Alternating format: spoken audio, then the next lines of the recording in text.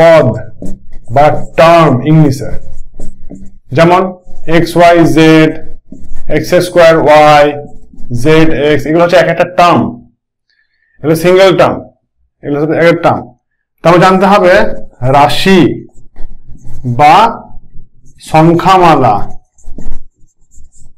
যাকে ইংলিশে বলা হয় algebraic expression. Algebraic expression, algebraic expression কি হবে?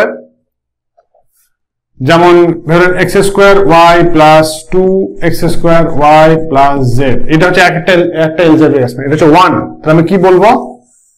এটা হচ্ছে একটি অ্যালজেব্রিক এক্সপ্রেশন বা একটি বীজগাণিতিক সংখ্যামালা, বীজগাণিতিক সংখ্যামালা। আর এই এক একটা যে জিনিস আছে এগুলোকে বলা হয় পদ বা টার্ম বলা হয়, টার্ম।